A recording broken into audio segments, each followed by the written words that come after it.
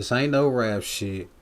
Definitely ain't no cap shit, man. We in the building, man. We got a whole lot of motherfucking legal trap shit. Tell them who we with today. Hey man, legal trap shit.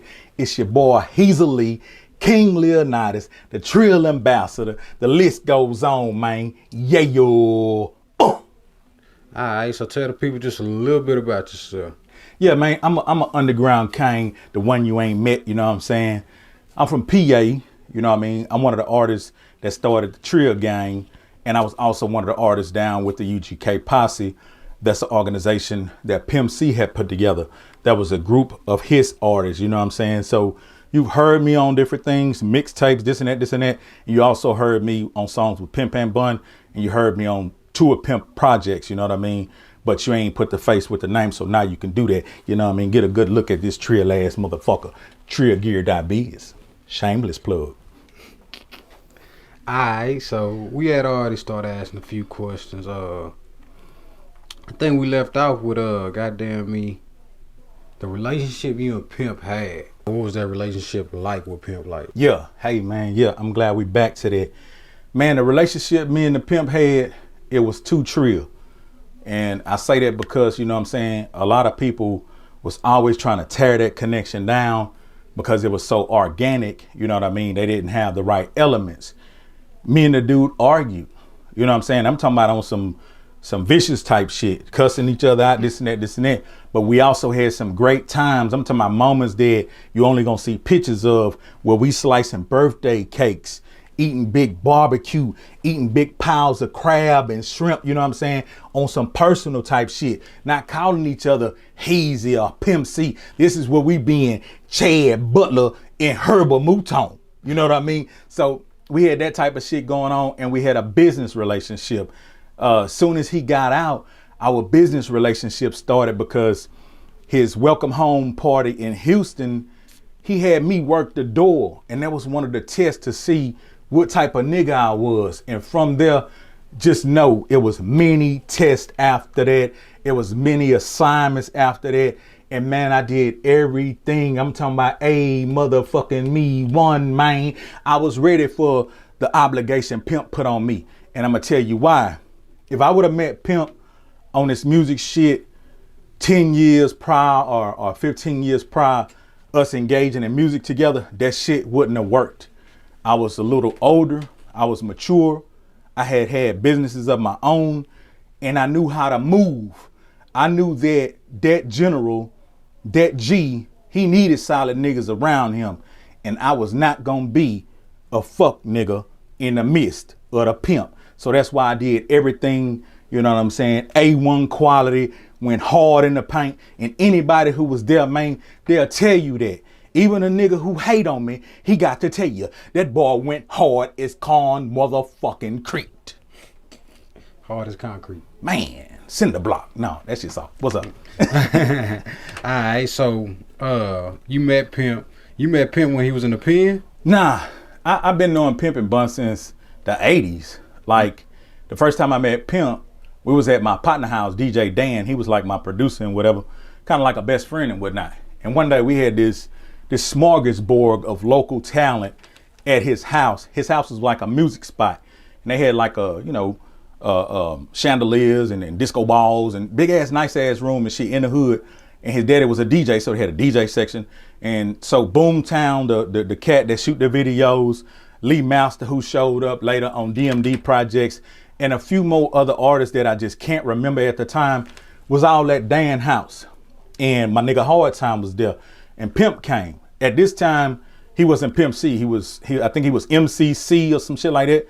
But he was there, and at the time, I knew homie was different, but I didn't really know why, because I didn't hang with him personally.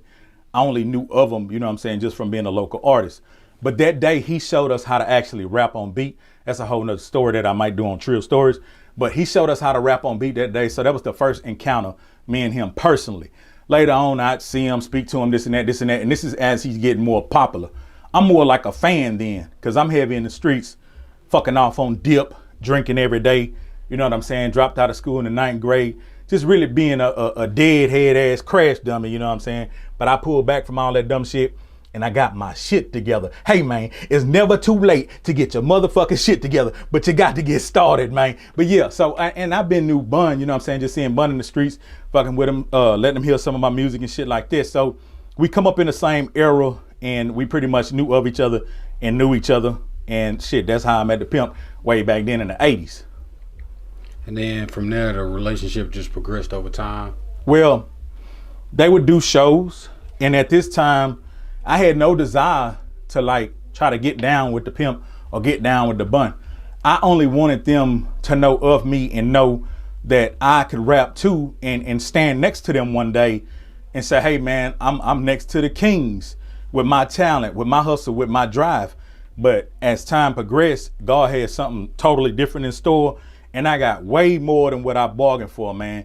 And that's a whole nother story that I'll have in my book. I'm not gonna reveal the title, but just know the book is written. We got some more preliminary things to do. Boom, then I'm gonna drop that on you, you know what I'm saying? But yeah, so that's what I wanted, man. I wanted the kings to know it's another PA nigga, you know, from the streets spitting that shit. Thing. Yeah. They ain't the only ones out here. Right, right. Did you feel like there was competition, or did you even feel like you had competition out there when you jumped in the rap game? I felt like the competition was me against myself, because I was on some deadhead shit, drinking every day and shit, just on some bullshit, you know what I'm saying, fighting depression. So I always looked at them with admiration. I was always inspired by them, because I would be hanging out with my niggas and shit, and then we'll be listening to a soundtrack, and all of a sudden UGK come on, and we were like the biggest motherfucking fan and cheerleaders for our homeboys. So it never was a competition thing, and still to this day, the pecking order is what it is. UGK is up there on that thing. The boy put me in the game, gave me this name to represent, so it's always appreciation and me being grateful for that.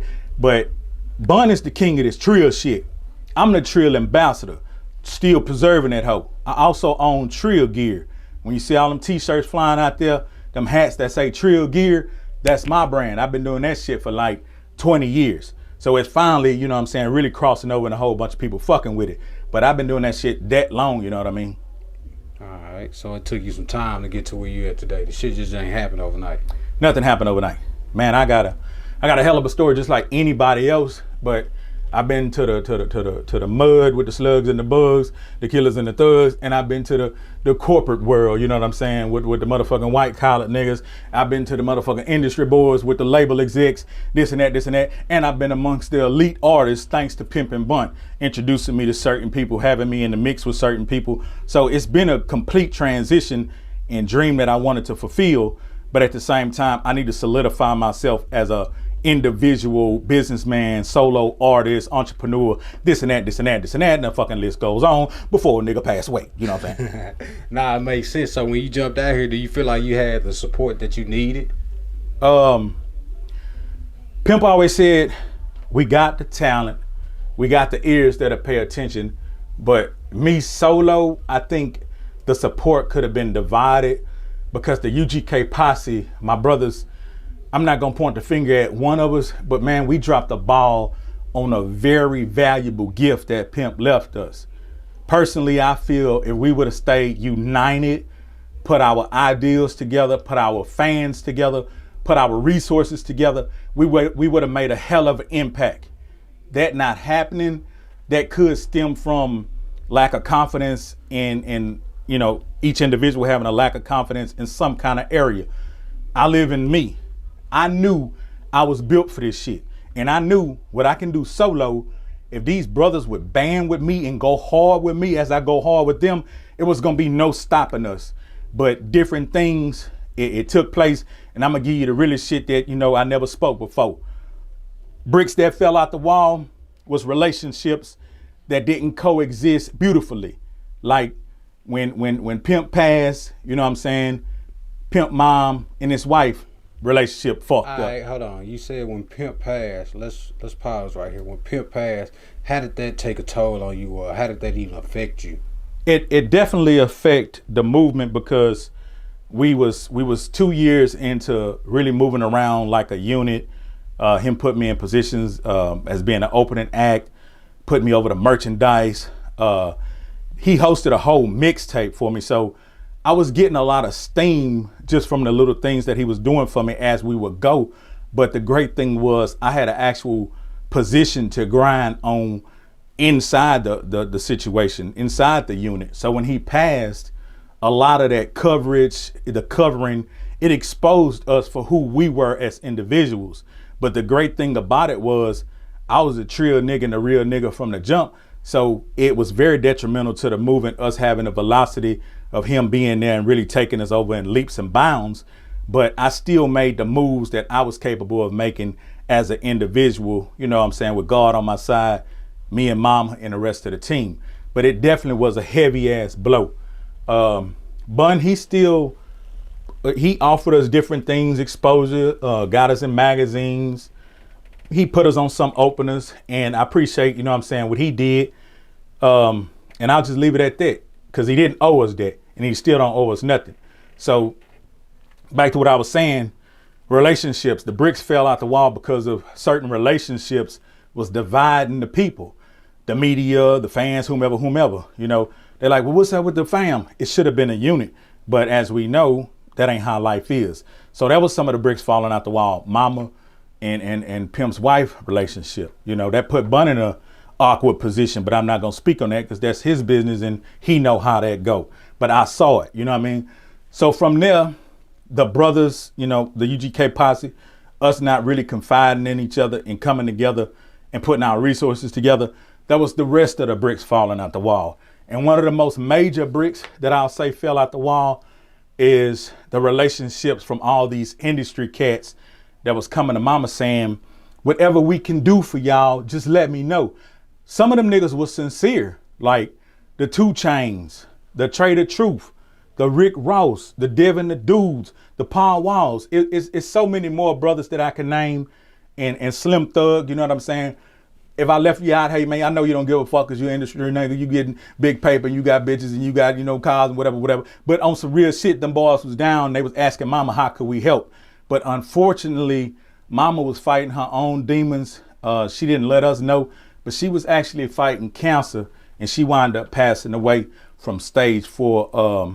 I'm not gonna mistake it, lung cancer, but it was stage 4 cancer, and she passed away. So when she passed away, that left me really out to kind of wave the flag by myself. But I heard different, you know what I'm saying, criticism from pieces of the unit, you know what I'm saying? And I wanted them to know I'm not built on the name.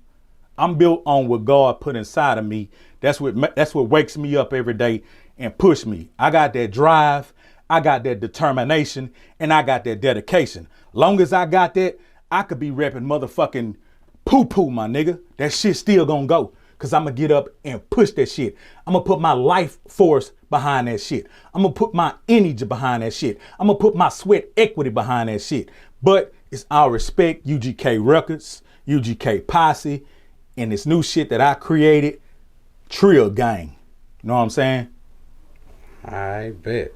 We're gonna tap back into this session, man. Y'all be sure to follow him, man. Tell them where they can find you at on IG, all social media platforms, all that good stuff. Hey man, I made it simple because I've been fucking around since when motherfucking MySpace first started. So you know what I'm saying? I made it simple. All you gotta do is go to that motherfucker Hezeleo, Hezeleo, at Hezeleo on anything, and the bar gonna pop up. And if you Google my name, every 156,000 pages gonna pop up. It's gonna be about this fly fat ass nigga right here, man. I made it like that. Ain't no more Hezeleos. Ain't no you type it in Bob. You're gonna get 3 million for motherfucking Bobs. But you type that motherfucking Hezeleo in, nigga. Only thing you gonna see is Hezele. Yeah, I'm gonna get back to the session though. This ain't no rap shit. Definitely ain't no cap shit, man. A whole lot of legal trap shit going on. Legal trap shit, man. Entrepreneur type shit. We're gonna free ourselves. We're gonna think our way out of these fucked up ass situations. Yeah, yo.